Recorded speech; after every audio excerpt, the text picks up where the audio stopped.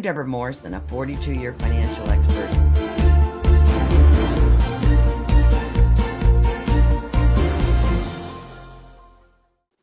Welcome to the We Can Do It Women, where women 60 and wiser step into the spotlight and make the rest of their lives the best of their lives. I'm your host, Debra Morrison, a wealth building expert and champion for extraordinary women just like you.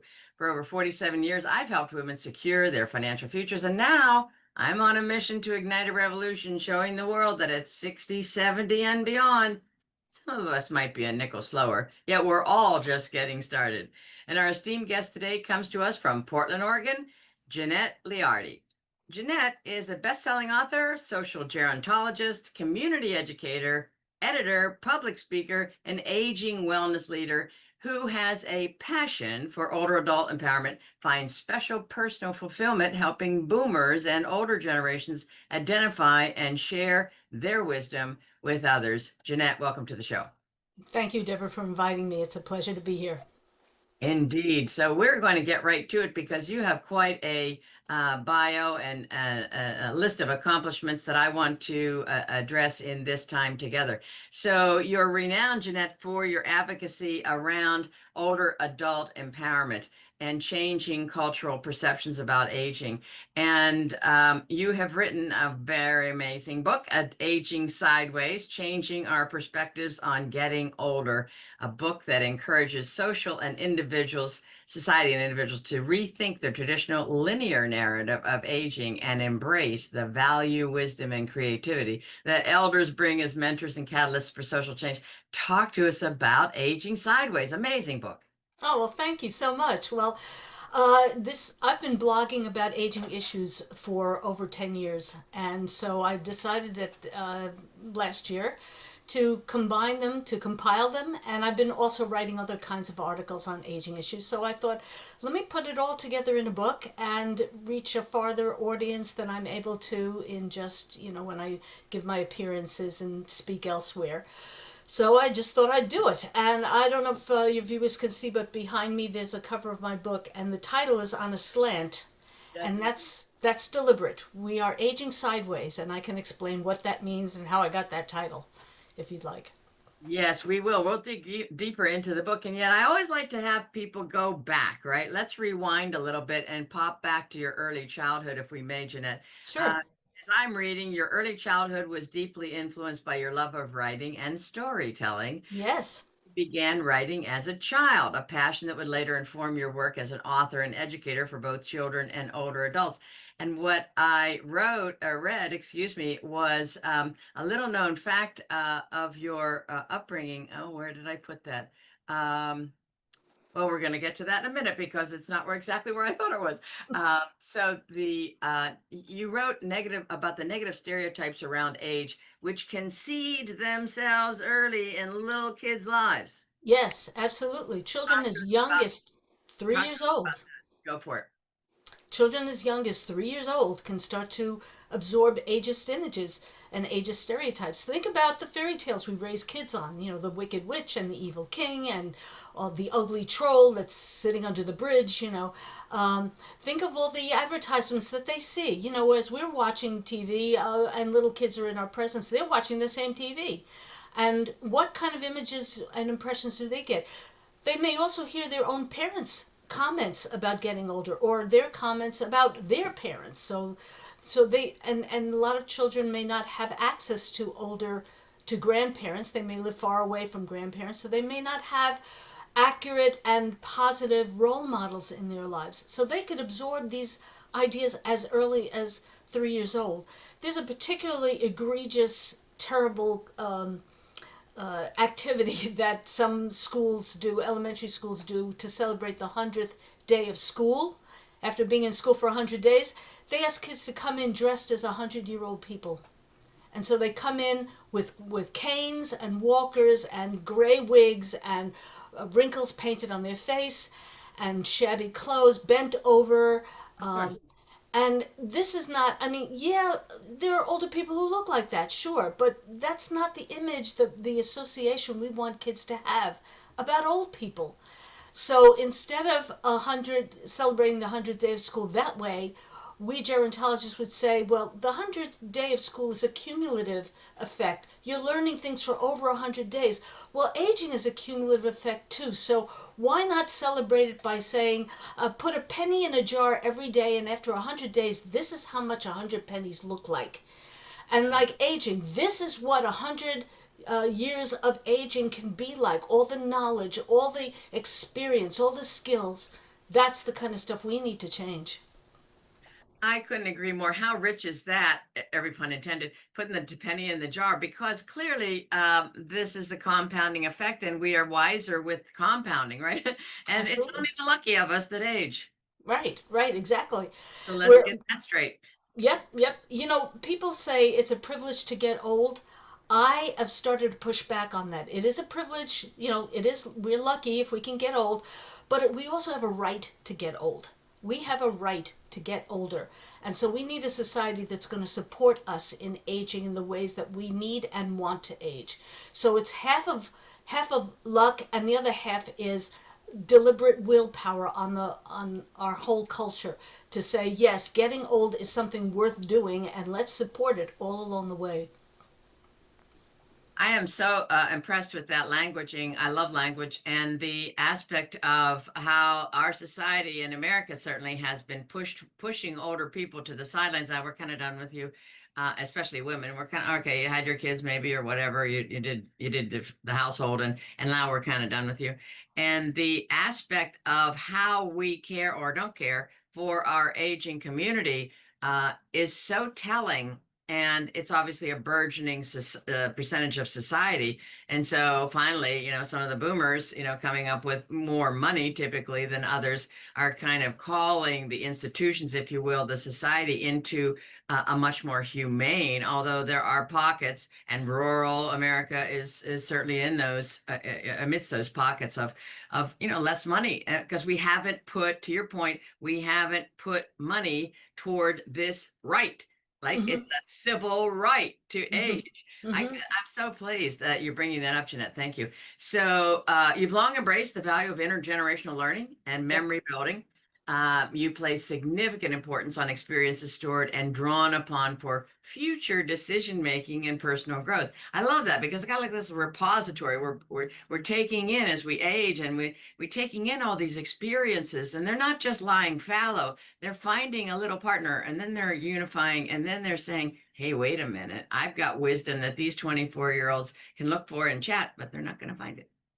Well, it's because I love to talk about the way our brains change as we get older. People Yes. assume that aging is nothing but deterioration and decline.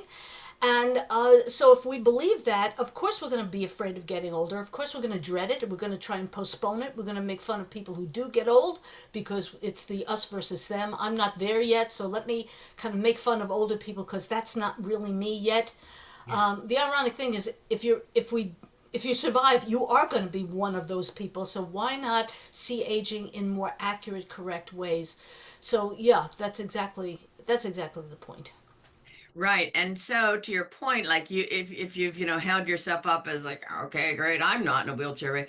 I still can remember why I came into this room, although, I have forgotten that, like, as early as age 30. Mm-hmm. So some things that we tag on, the negatives that we tag on to older people, like, we've always had them, right?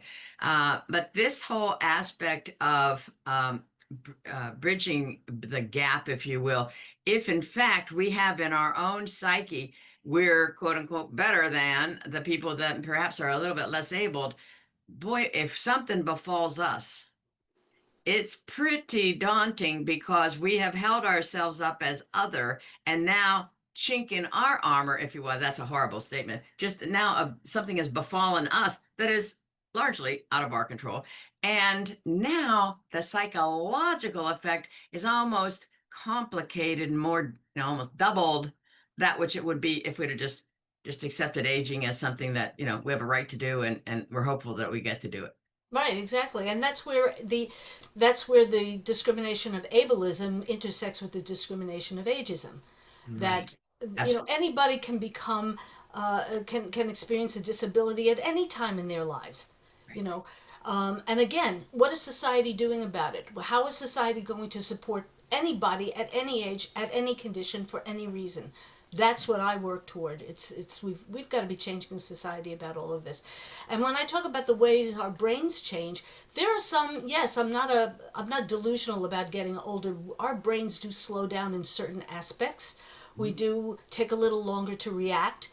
Our reflexes are a little slower. We may have more problems with multitasking. We may have a few more problems with short-term memory. You know, if Sure. I meet a whole bunch of new people at a party, I have to take extra effort to remember their names, whereas when I was younger, I didn't have to work so hard at that. But the flip side is, as we get older, we also get some skills that we didn't get when we were in our 30s or 40s, that we couldn't possibly get because our brains didn't grow to those capacities. One important skill I love to talk about is the fact that we tend to use, as we get older, we tend to use both hemispheres of our brain simultaneously better. And that Yes. makes our ability to problem solve from different perspectives. We can empathize with a greater number of people because we've had more experiences meeting a greater number of people and learning about the variations of life.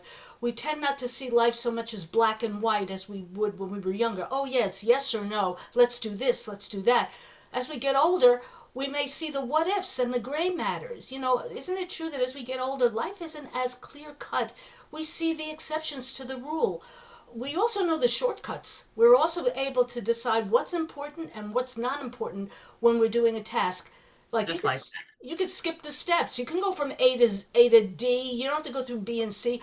We've created the shortcuts. It's through our experience and the ways our brains have changed. So that's what I love to talk about, is to instill a to inspire people with this sense of hope that, yeah, there's some trade-offs. We lose some abilities, but we gain some others. And that's why you need young people and old people working together all the time as much as possible. Because we need the young brains to come up with the, hey, let's do this and let's do that. We need the older brains to say, that's a good idea, but you know, we tried that 20 years ago and we had a problem with this. You might want to keep an eye out for this happening. That's why you need both brains in the workplace. And there's a lot of research that supports that those are the most productive work teams. You have to have the young and the old working together to really boost your business. And that's why it drives me crazy when I hear that people in the working, older adults in the workplace are being pushed out and retired. Why would you possibly want to do that? You can grow your business if you keep younger and older people together. You will grow business and you will hire more people, including young people. So we're not clogging up the pipeline at all. We're expanding the diameter of the pipeline by keeping us there. So yeah. And thank you. It's so much more rich. And I too study the brain. And so I think that this, as the brains age, the left and right hemisphere working together. And yet women already, before we're, even, before we're older, the amygdala, the neuron chit chat is back and forth in a way that males' brains are not. Anatomically, males' brains are like, okay, on, off. And women are like, well, I could do that. I could do this. How does this work? What's the relationship between here? And so I think women are already primed in terms of our amygdala and the neuron chit chat to gracefully come into this sharing of the hemispheres working together. I am in complete agreement. And I think it poises us women, especially, and to your point, women get shuffled out of the workforce, certainly out of the arts and film roles and so forth and so on, long before their equally aged male counterparts. So we're working, and you're doing a big part in that work. So you earned your master's degree in Rutgers University in my backyard here in your late 20s. mhm. And you basically shifted in your career to social gerontology, catalyzed by formative adult experiences, particularly being the primary caregiver to both parents in your late 40s. Talk to us about that time. Okay, yeah. Let me clarify that I got my master's in my 20s from Rutgers in English. Yes.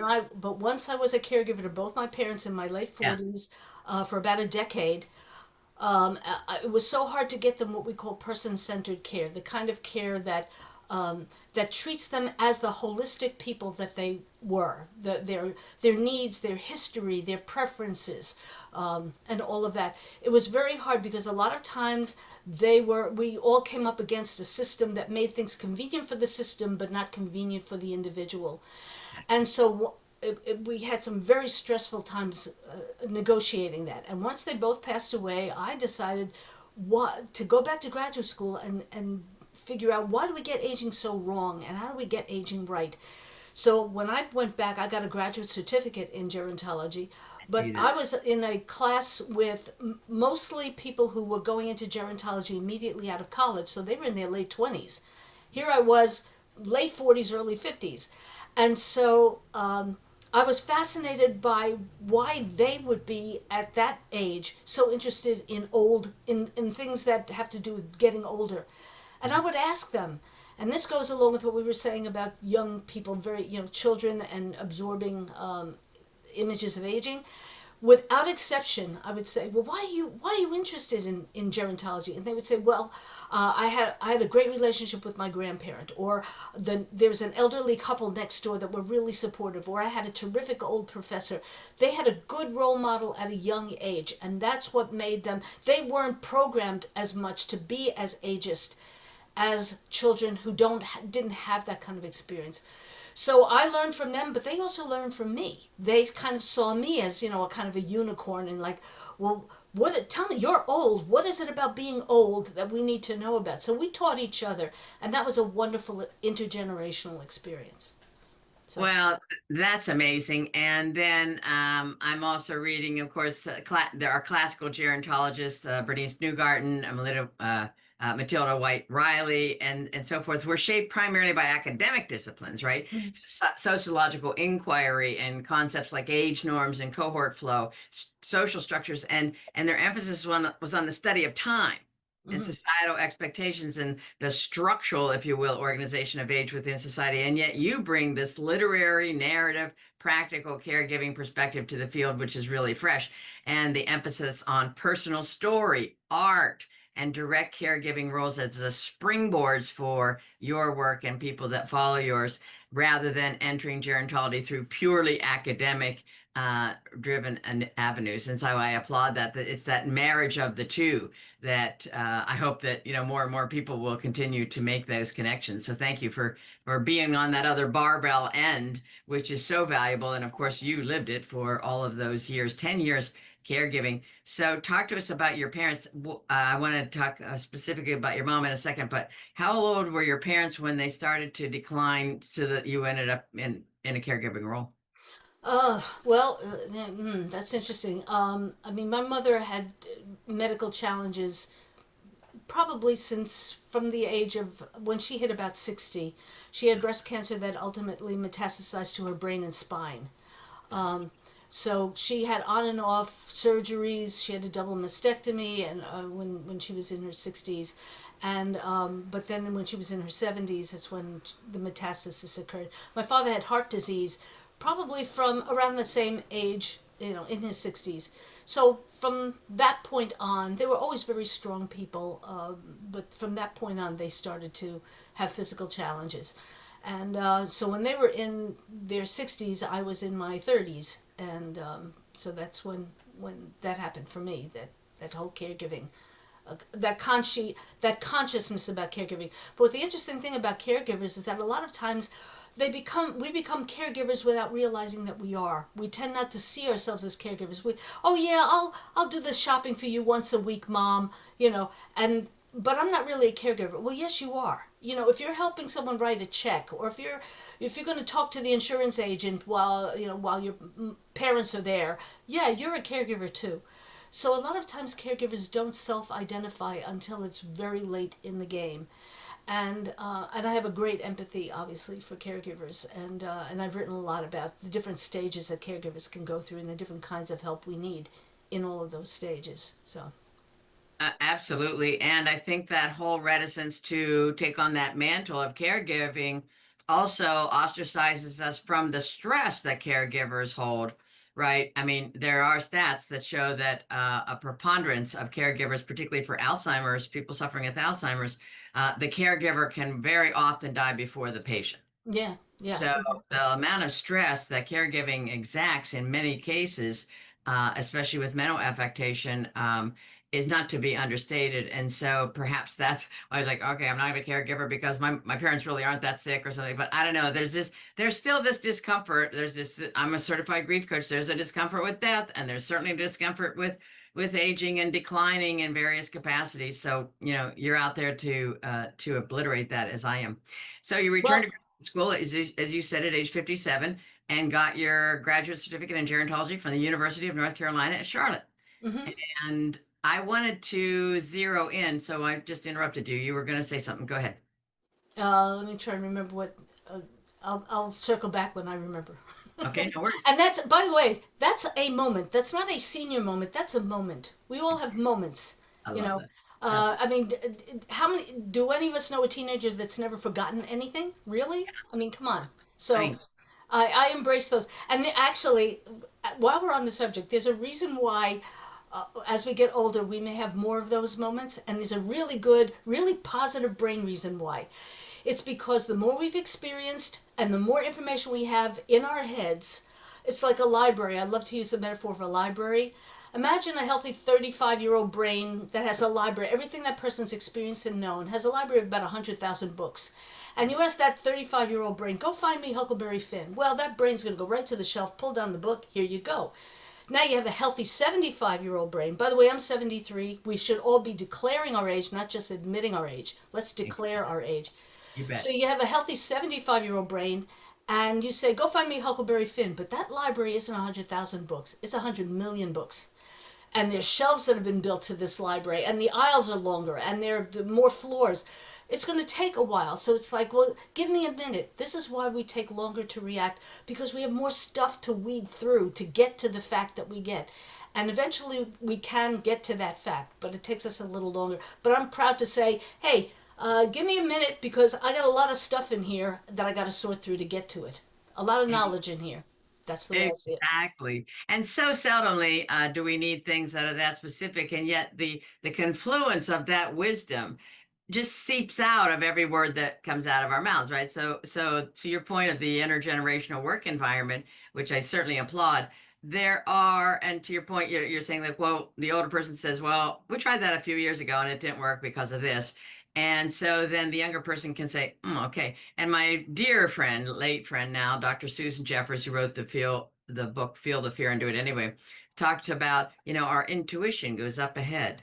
And so as a certified financial planner, 42 years boots on the ground, I went up ahead of her people. And then I circled back and said, you guys, there's a pothole up here on the right-hand side, steer around it, right? And so older people already are saying to younger people and even, the next generation, let alone the next generation, which is even richer. I love that, skipping a generation, because there's less judgmentalism, I find.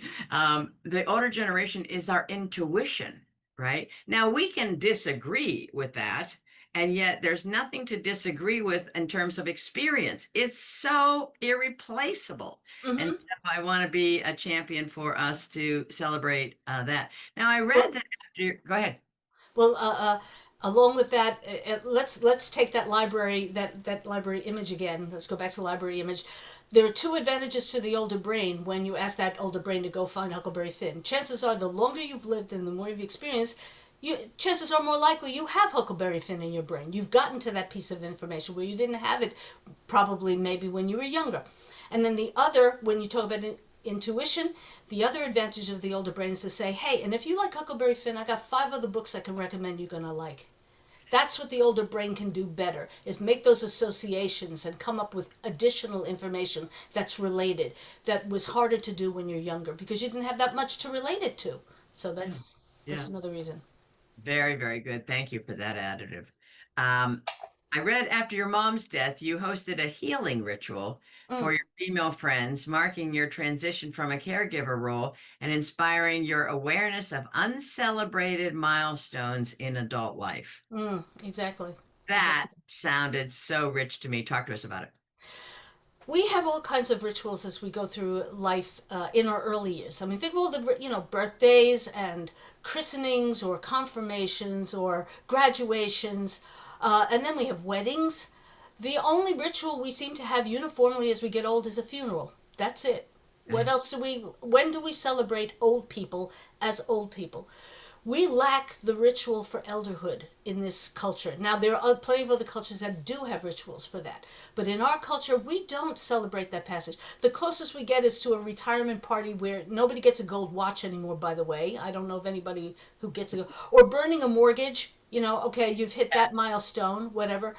But wouldn't it be great if we had rituals that celebrated elderhood, the passage of time? I'm no longer a middle-aged person.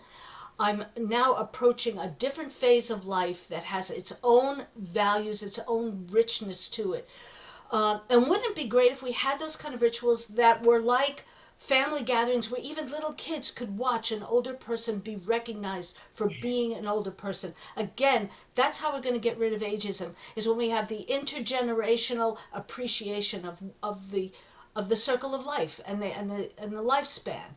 And I'd like to tell this little story. This kind of goes, it's a little bit diverting from the ritual idea, but I had a friend whose grandson was maybe about 6 years old, 5 or 6 years old, said to me, "You have wrinkles on your face." And now, normally, sometimes people might react negative way. I'll deny it. No, I don't have wrinkles. But I said, "Yeah, I do have wrinkles. Do you know how I got these wrinkles?" "No." He said, "How'd you get them?"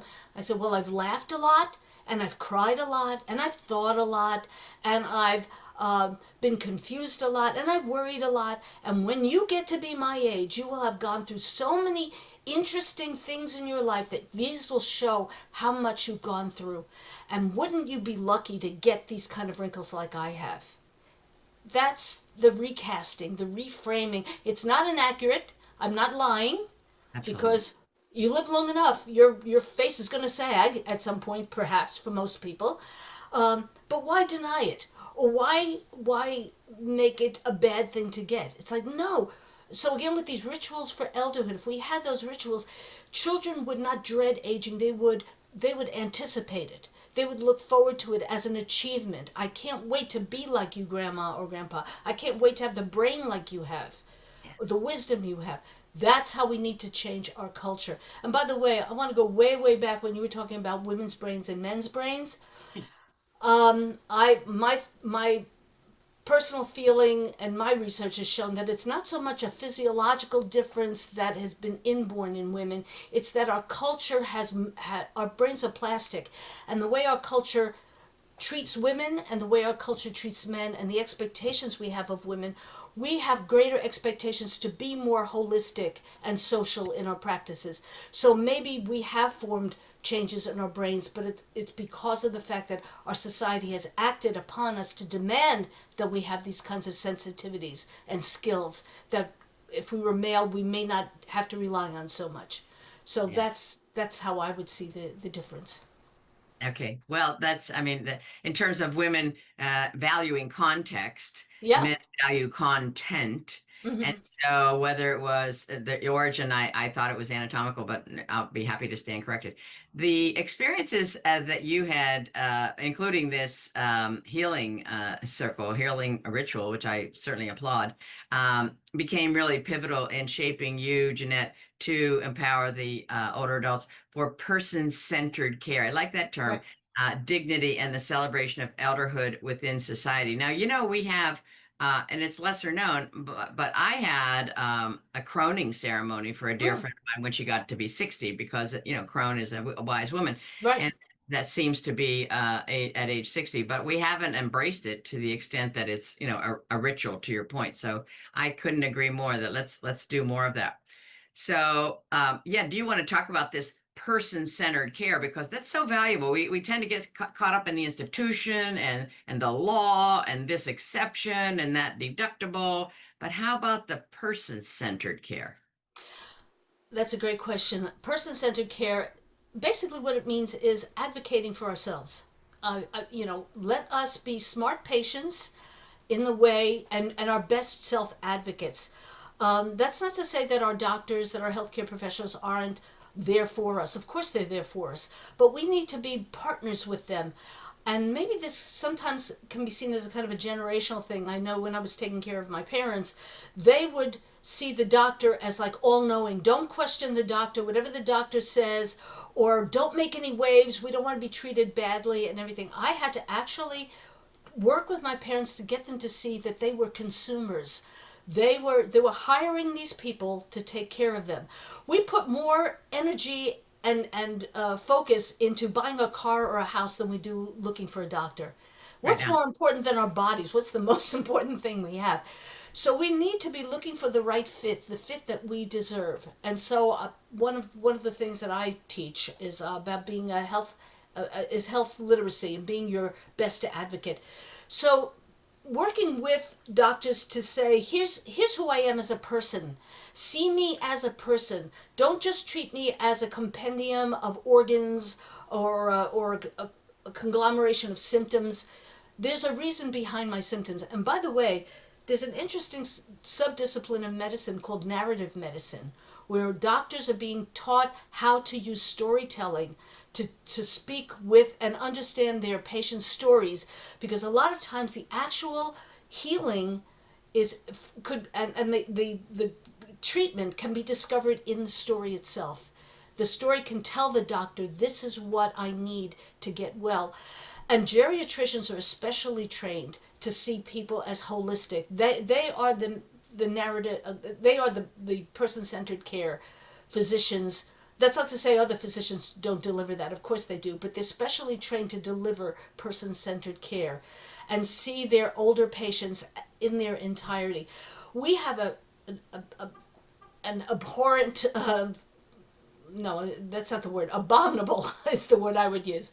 An abominable dearth of geriatricians in this country. Oh, There are more older people at this point in the United States above the age of 65 than under the age of 5, and yet we have 4 or 5 times the number of pediatricians than we have pediatrician. geriatricians. Agreed. Agreed. Yeah. We need to have more geriatricians, or we need to have doctors trained in geriatrics. A lot of medical schools, if the students are lucky, they may get a couple of weeks of geriatric. Whereas if they become, let's say, family doctors, about 40% of their patients are going to be 60 and over. Why not, give them the training that they need? So person-centered care would be things like appreciate your doctor for what a doctor is. A doctor is like a detective. You have to give them the clues and the evidence, and then they will be able to help you solve the mystery. So come to a doctor's appointment prepared with questions. That's right. Do your research and then ask the doctor. Follow up. You have this oral agreement with your doctor. When your doctor says, well, I want you to take this medicine 3 times a day for 2 weeks. Well, do it exactly that way, unless you have symptoms, and then let your doctor know immediately, but work with the doctor. You Yeah. are a peer with your doctor. Nobody knows your body better than you. So it's working together and seeing doctors. So toward the end of their lives, my parents also formed those kind of wonderful relationships with their doctors, where they could feel free to say to the doctor, well, that medicine you gave me, it didn't quite work. Is there something else you could give me? And the doctor said, yeah, I'm glad you told me that. Here, why don't we try this? That's what I teach about, is being, but it's all in our own minds. Again, not seeing ourselves as getting old as being helpless. Yes. See ourselves as getting old as being wiser, as Yes. becoming more capable and having the skills. And that's how you can approach any situation, saying, I've got some skills. Let me share with you what I've got, and let's work together with this. I am applauding that 100% in that I think because there's been so much fealty to doctors, all right, the doctor knows, the doctor can't be wrong.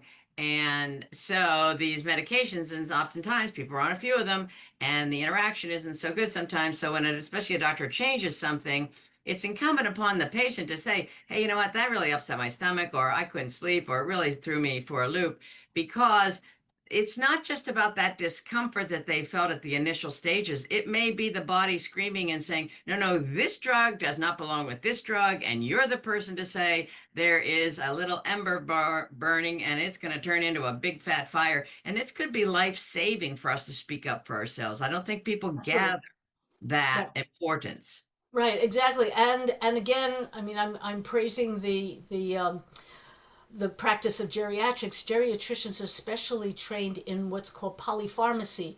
What are all the drugs you're on, and how can we get you off some of these drugs? Because that, actually, drug interactions can cause some dementias. So, what kind of drugs are you on? Are you getting enough sleep? Tell me about your diet. How often do you exercise? Are you out there being social with other people? Tell me about your life, your lifestyle. This is where the storytelling comes in. And when you hear from a patient that they're not around so much, or they don't feel hopeful about their lives or whatever, all of that is important information in order to make a diagnosis and to give that person patient-centered care, person-centered care. Yeah. Yeah. And I can't press the gas pedal enough on the importance of being in community. I mean, Yes. loneliness is so rife, and it is akin, apparently, I've read that loneliness and depression is analogous to like smoking a couple packs of cigarettes a day. It's not funny. And Right. it's certainly not, it's sad. It's completely sad. And so I think it's incumbent upon all of us to have ears and eyes around the community, around our friend circles, especially when a partner dies. And now you have a single person, a person that's been widowed of any gender. And now it's important for us to be caregiving with our friend circle and those with whom we socialize. So it's our responsibility to be there for people. Hopefully, we'll get to that age at some point, and there'll be people behind us that will be equally attentive. Now, let's get into your book, Aging Sideways, because I love it. Aging Sideways, changing our perspectives on getting older. And you introduced the concept of aging sideways last year, 2024, and the book was published and widely discussed in both 2024 and, of course, up until now. The idea encourages viewing aging not as a linear decline, but as a lateral shift, inviting a fresh perspective on later life as a time of growth, possibility, and new opportunities, challenging ageist stereotypes. But what I find really inviting and important is the concept was inspired by this art technique called upside down drawing. How good is that? Talk to us about it. Okay, great. Well, as I said, that the title of my book is meant to be on a slant. The cover, I've deliberately designed it that way. Um, well, I was very influenced by a book called Drawing on the Right Side of the Brain by an art teacher named Betty Edwards in 1979. She gave her students all kinds of exercises, but one exercise was called an upside down drawing. She would give them a photograph of an object, let's say a chair, and she'd say, draw the chair. So they would look at the photo and they would try and do their best, and draw the chair. Then she would have them turn the photograph upside down. And then she would say, okay, now draw what you see. Now that shift alone caused the left hemisphere of their brain, which is the more analytical, judgmental, prejudgmental part of your brain, the part of your brain that has all these concepts about chairness, kind of put that part to sleep. The right hemisphere took over, and all it did was look at the lines and the spaces between the lines. And so the students would be drawing this upside down chair, but wouldn't be seeing really a chair. They would be seeing a bunch of lines. What she found is after they drew that, then they turned their drawings right side up. That drawing was far more accurate than the drawing that they made when they were looking at the chair right side up. Far more accurate. So I thought, well, I think that's how we're looking at aging. We have these preconceived left brain notions about what aging is. We think we know what aging's all about. But what if we were to change our perspective and literally shift our view? So now I'm not actually demanding that people turn their brains entirely upside down, although a few people could really use that, in my opinion. But why don't we just tilt our heads to the side and say, I'm not sure what I'm hearing about aging is really accurate, or it doesn't ring right from my experience. Maybe there's something more to see that I'm not really seeing. So that's where I got the idea of aging sideways, is shifting, finding quirky but accurate ways of describing getting older. Things that we're not quite paying attention to, but that we really should. If we did pay attention to it, we would have a much different, more accurate perspective of what it means to get older. And so throughout my book, I come up with these quirky metaphors and analogies for aging. Yeah, I'm really taken by that because that whole, and when they turned the picture upside down, the chair that they drew just as a segment of line, a mixture of lines, was much more accurate. That is so impressive, and I know as a photographer, like we can look at something and then you put a different lens on your camera and oh, it looks totally different, right? I Mm-hmm. mean, I just took a pano picture, like I was on my beach house. I just took a pano picture and I looked at it and it has the rainbow over here, but I would have had to take two different pictures, right? I'd had to, choose my vantage point and my aperture, if you will. So I think it's kind of like the adage, if we don't like what's going on in our mind, you know, take the remote control and change the channel. So the aspect of looking at things differently through different lenses and different angles is powerful. The other example that I thought of when you were talking, we played this game called Big Boggle, right? So it was a bunch of dice and a dice, and it was timed, and there were some cubes in a box, and you'd shake the box, and you'd have a whole bunch of letters. So you would make words with contiguous letters, right? And you could go six ways a Sunday back and forth. So I was very intent on this, and I'm a very visual person, and I was pretty competitive. So I would be writing down a lot of like a lot of words, and all of a sudden somebody would reach into the table, front of the table, and turn that cube. I thought I was going to die. I mean, it just upset my whole. I was against the hourglass sand going down. It was such a comeuppance. And then I thought to myself, Deborah, you're bigger than this. You can handle this, and probably you're going to see some new words with the change too. But I will say it's a little disarming the first couple times it happened. That was my experience. Well, I would say that, first of all, I would encourage everybody to try that exercise. Get yourself a photograph of some object, draw it, and then turn it upside down and try drawing it again, and then comparing the two drawings, and see what you get from that. So yeah, I mean that's how I think we need to see aging, because we've had decades and decades, actually millennia, of certain Yes. ideas about aging. And Yes. so if we start to just kind of jiggle that around, we may discover some things that we had no clue were there, but that are really true, that are really true. So that's what I do. I am certain that that is a true statement for sure. So you've been featured in a million places, but I'll take off a few.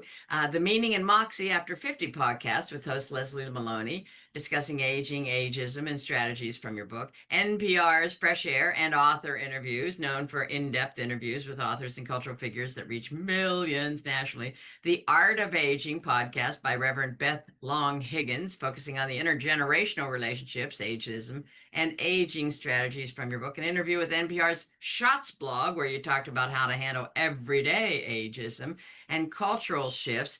And the For You, By You, Because of You podcast with our friend Denise Drinkwater. Of course, she's an amazing woman, and she has an amazing podcast, and I'm sure you did amazing in the Breaking Free from Negative Perceptions of Aging. Yahoo Finance interview with senior columnist Carrie Hannon, whom I've also been interviewed by, where she explained why changing perspectives on aging is crucial and offered practical examples from your book. And then, of course, a million YouTube videos and other podcast platforms where you shared the science, right? The confluence of the science, Jeanette, the narratives and the creative metaphors behind aging sideways concept. So, which was one of your favorite interviews? Can you remember some of the Oh my experience? goodness, well, I'll tell you, one an interesting interview I had was on the NPR show Here and Now. It wasn't Fresh Air; it was Here and Now.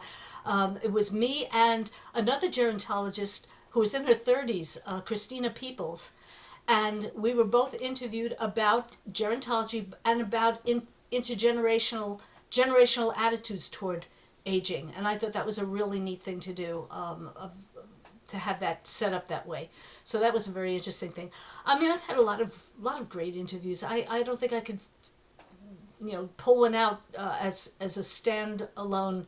They've all been great, and they've all been great in their own way. And I love the experience of being interviewed like this, because every podcaster, every interviewer has his or her own style, and it Right. brings out ideas in me that gives me the opportunity to speak on all kinds of different things that I wasn't prepared to speak on. So I found that kind of cool. It increases my brain power at the same time. Yeah, totally, totally. So I now found a little fact that I was going to read at the beginning and I misplaced it. Your publishing experience includes positions at Newsweek, Life, People, Condé Nast Traveler, and Sesame Street Magazine and the Charlotte Observer. So that is an amazing little repertoire. And of course, when it dovetailed with your storytelling acumen as a child, the Sesame Street magazines, that must have been a blast. Oh yeah, it was wonderful. Yeah, I mean, Sesame Workshop was incredible. Is an incredible organization. Um, yeah, I mean, talking about writing as a kid, I don't know if you uncovered this fact, but when I was in sixth grade, I started a student newspaper in my elementary school. So I was in Amazing. sixth grade when that happened. So I guess I was always a writer at heart.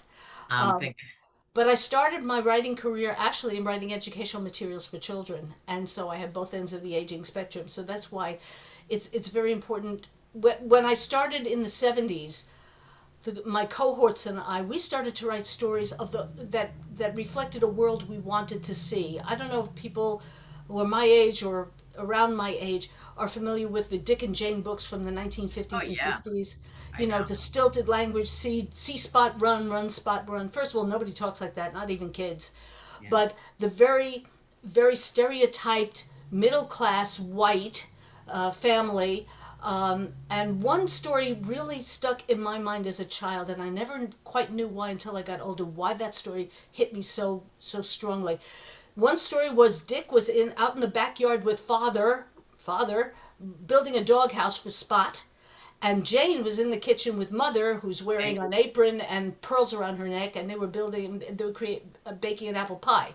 Now, I like to bake apple pies. I'd like to be in the kitchen with my mother. By the way, my father could make a mean apple pie too.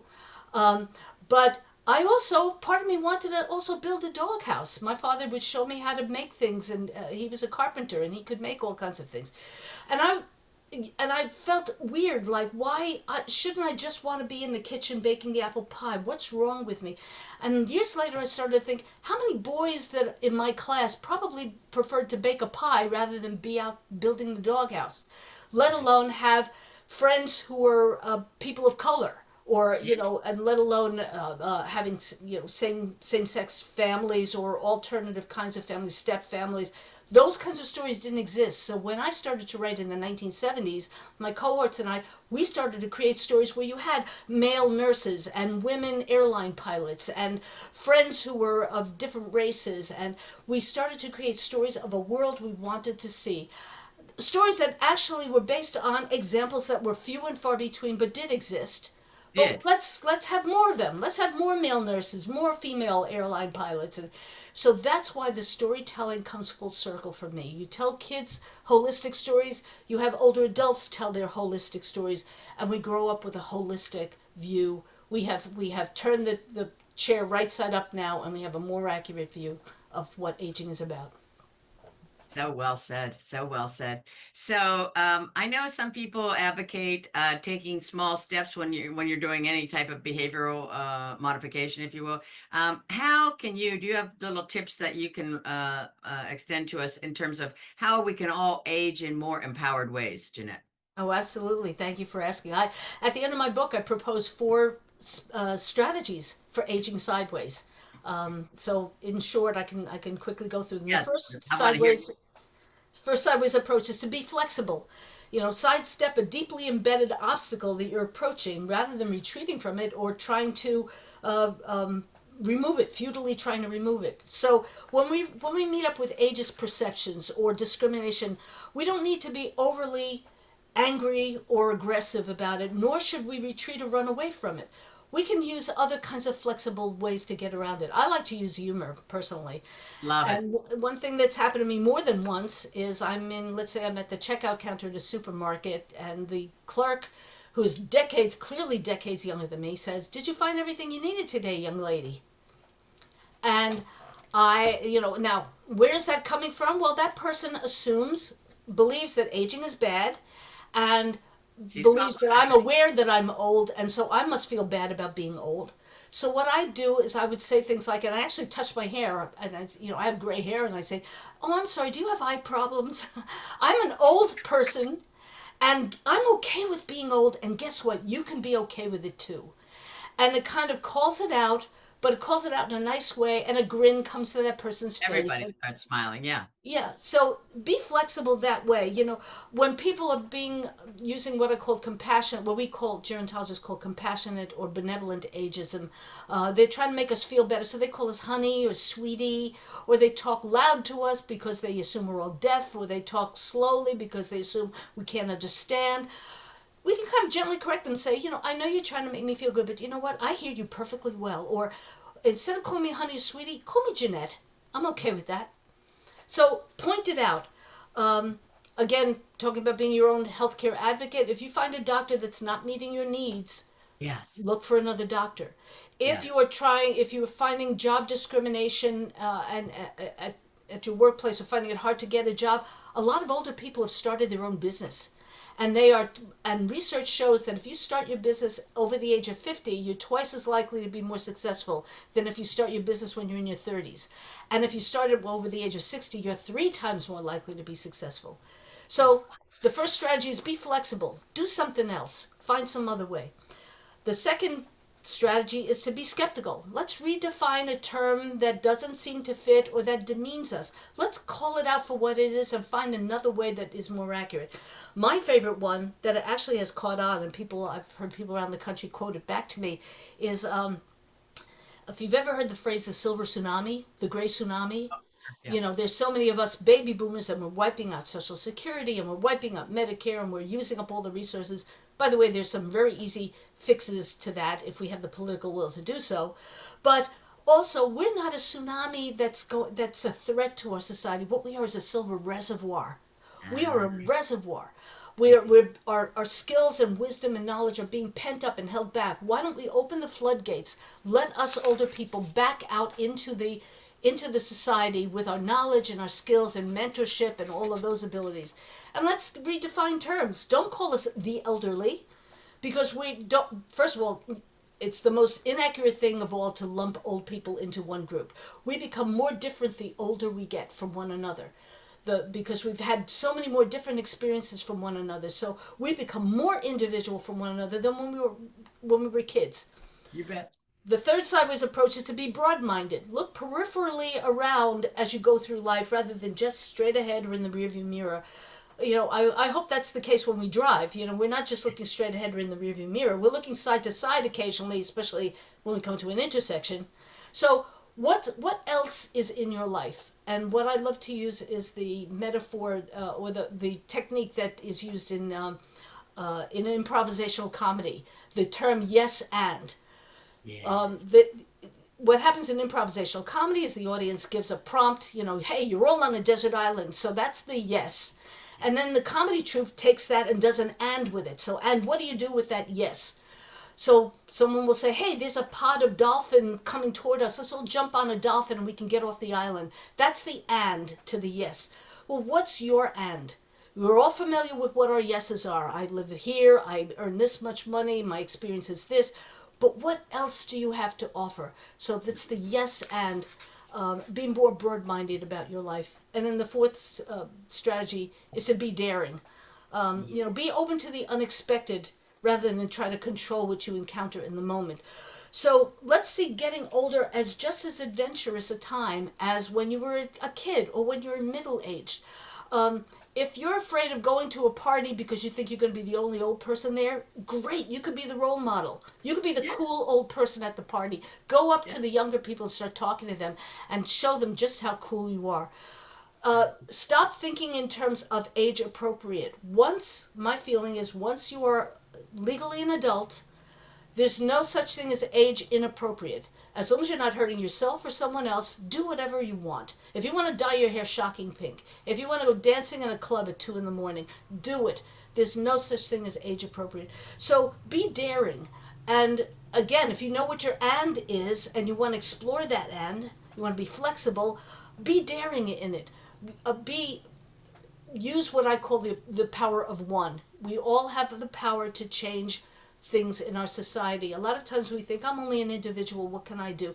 Start with your immediate group, your family and your friends. If you hear an ageist comment in your presence, don't let it slip by. Correct it. Like I said, be flexible. You could use humor, whatever.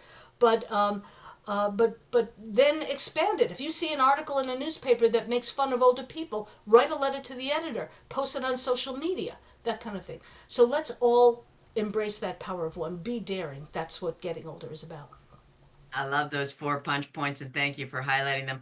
We are about at the top of the hour and I so thank you for your time and your wisdom. Your book, Aging Sideways, is available from Jeanette's website, which is www.jeanette, Jeanette, E-T-T-E, Leardi, Leardi.com. We'll have that in the show notes. You can also get our book at Target and at Barnes & Noble and Walmart. So don't hesitate. You can get that book anywhere. So the website also has some wonderful tips and tools to it. How else could our audience reach you, Jeanette?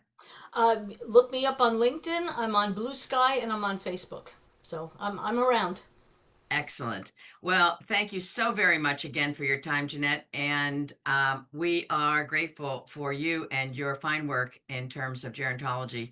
And I want to thank each of you, our viewers, for joining us on the We Can Do It Women show. Remember, I see you, I value you, and your greatest chapter is just beginning. I invite you to check out our Wealth and Wellness Luxury Retreat in the south of France. We have one more opening, and we're not going to turn anyone away right now. You can get in on the culinary treats and the wealth and wellness theme of the retreat, which we carry out throughout. And go to wecandoitwomen.com/retreats for all the deets. I encourage each of you to be attentive to your language, especially as it relates to aging and the negativism that is hereby held the day, because there's one way it's not going to hold the day anymore, and it's when enough of us stop and say, wait a minute, that's not accurate, or that's insulting, and here's a different way of viewing it. And I like the use of humor that you bring out, Jeanette. So thank you so very much. And to our viewers, until next week, be well.